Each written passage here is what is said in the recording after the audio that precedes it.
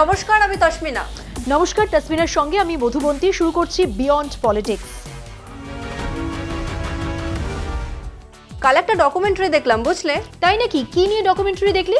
বিপন্ন প্রাণীদের নিয়ে, যে সমস্ত প্রাণী হারিয়ে যাচ্ছে, অবলুপ্ত হয়ে যাচ্ছে, তাদের নিয়ে। হ্যাঁ, এটা সত্যি একটা বড় সমস্যা। গোটা পৃথিবীতেই এই সমস্যাটা দেখা দিচ্ছে। ডকুমেন্টারিটা দেখতে দেখতে আমার একটা জিনিস মনে হলো, জানো, একটা পাখি কিন্তু আর চোখে পড়ে না। কি পাখি বলতো? শকুন। আমাদের ছোটবেলাতেও কলকাতার নানা জায়গায় দেখা যেত, কিন্তু এখন তারা কোথায়? শকুনও কি আস্তে আস্তে অবলুপ্ত হয়ে যাবে গো? না, এই একটা বিষয়ে তোর কোনো চিন্তা নেই। শকুন আমাদের দেশে আছে, আর যথেষ্টই আছে। কোথায় গো? খুব কম সংখ্যায় আছে তো, আর আমি তো দেখতেও পাই না। তুই দেখতে না পেলে কি হবে? যোগীজি ঠিকই দেখতে পান। যোগীজি মানে উত্তরপ্রদেশের মুখ্যমন্ত্রী যোগী আদিত্যনাথ? ঠিক তাই। আর খালি শকুনই নয়, শুয়োরও দেখতে পান যোগীজি। মানে বুঝতে পারছি না, খুলে বলো।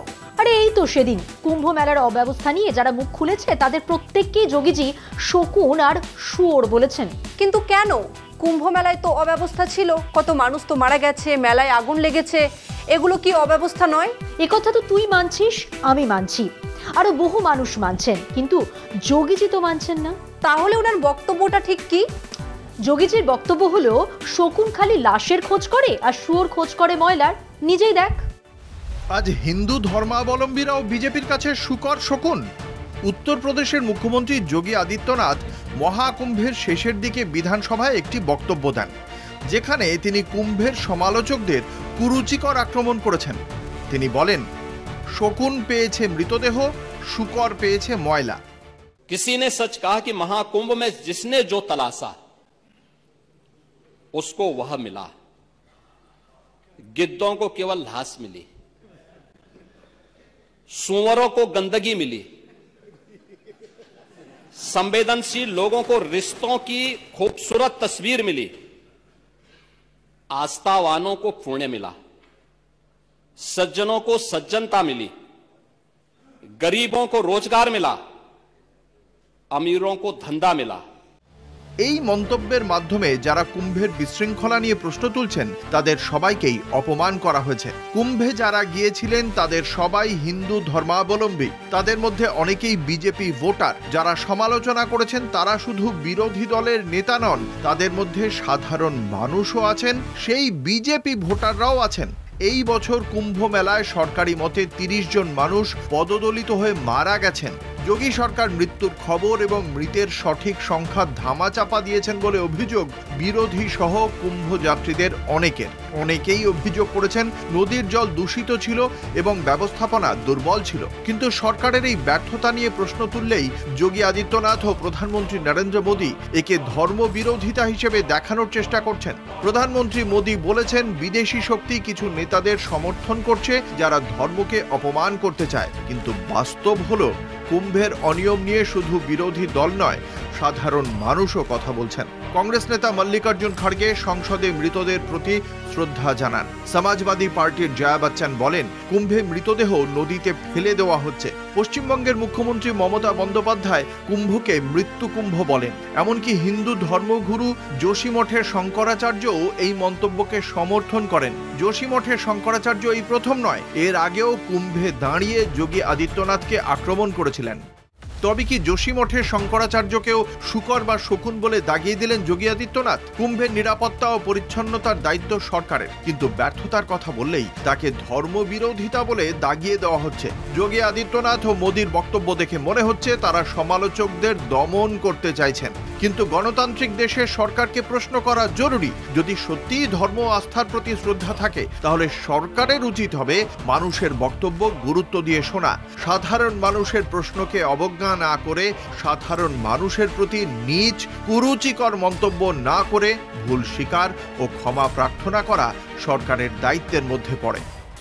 সত্যি এরকম আচরণ কখনোই মেনে নেওয়া যায় না। সে তো যাই না, মমতা বন্দ্যোপাধ্যায় থেকে যোশীমঠের শঙ্করাচার্য, রাহুল গান্ধী থেকে অখিলেশ যাদব, যারা কুম্ভের অব্যবস্থা নিয়ে কথা বলছেন তাদের প্রত্যেকেই এভাবে ঢালাও অপমান করার অধিকার যোগী আদিত্যনাথকে কে দিয়েছে? এখন এটাই প্রশ্ন। কিন্তু মোদিজি এই পরিস্থিতিতে তিনি কি বলছেন? মোদিজি হাত জোর করে ক্ষমা চাইছেন। সে কি গো, যোগী সবাইকে অপমান করছেন আর মোদি সবার কাছে ক্ষমা চাইছেন? এ আবার কি খেলা? আরে না না, যোগী আদিত্যনাথের বক্তব্য নিয়ে মোদিজি কিছুই বলছেন না। তাহলে উনি ক্ষমা চাইছেন কার কাছে? উনি ক্ষমা চাইছেন মা গঙ্গার কাছে, মা যমুনার কাছে, মা সরস্বতীর কাছে, আর ক্ষমা চাইছেন জনগণের কাছে। জনগণের কাছে ক্ষমা চাইছেন কেন?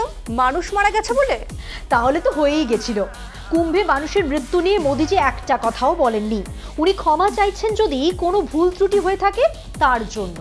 যদি কোনো ভুল ত্রুটি হয়ে থাকে, যদি এত মৃত্যু, এত দুর্ঘটনা, এসব কি কিছুই ওনার চোখে পড়ে না? কি আর বলি বল, নিজেই দেখ। মহাকুম্ভ মেলার সমাপ্তি উপলক্ষে প্রধানমন্ত্রী নরেন্দ্র মোদী এক দীর্ঘ প্রশংসামূলক ব্লগ লিখেছেন। তবে দুটি বড় পদদলিত হওয়ার ঘটনার বিষয়ে তিনি একেবারেই নীরব থাকলেন। উত্তরপ্রদেশের প্রয়াগরাজে কুম্ভ মেলার ভেতরে এবং দিল্লির রেলওয়ে স্টেশনে পদদলিত হয়ে বহু মানুষের মৃত্যু হয়েছে, কিন্তু মোদীর ব্লগে এর কোনো উল্লেখ ছিল না। প্রধানমন্ত্রী মোদী তার ব্লগে কুম্ভ মেলার আয়োজনের প্রশংসা করেছেন এবং বলেছেন এটি পুরো বিশ্বকে অবাক করে দিয়েছে। কিন্তু কিসের জন্য অবাক? 18 এবং 30 জনের সরকারি মৃত্যুর পরিসংখ্যান, অসংখ্য মৃত নিখোঁজ মানুষের সঠিক তথ্য গোপন করার অভিযোগ, নাকি হাজারো তীর্থযাত্রীর ভোগান্তি?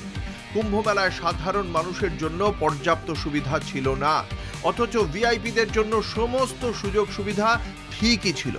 অভিযোগ উঠেছে প্রশাসন ভিআইপিদের নিরাপত্তার জন্য সাধারণ মানুষের চলাচল আটকে দেয়, যার ফলে বিশৃঙ্খলা তৈরি হয় এবং মানুষ পদদলিত হয়ে মারা যান। মোদী তার ব্লগে মা গঙ্গা, মা যমুনা এবং মা সরস্বতীর সঙ্গে সঙ্গে তীর্থযাত্রীদের কাছে ক্ষমা চেয়েছেন।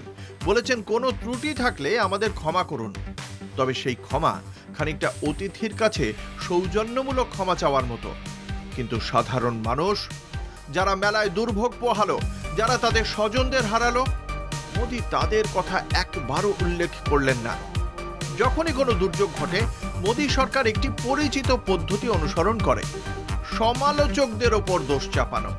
কুম্ভের ব্যর্থতা নিয়ে যারা প্রশ্ন তুলেছেন তাদের মোদী বললেন তারা দাস মানসিকতার শিকার। অথচ বাস্তব হলো, যারা কুম্ভের অব্যবস্থাপনা নিয়ে কথা বলেছেন তারা কেবল বিরোধী নেতা নন, সাধারণ নাগরিকও। কিন্তু মোদী সেটাকে এক রাজনৈতিক ষড়যন্ত্র হিসেবে দেখানোর চেষ্টা করলেন। এটাই প্রথম নয়। মণিপুরের জাতিগত হিংসা যখন শুরু হয়েছিল তখনও প্রধানমন্ত্রী নীরব ছিলেন।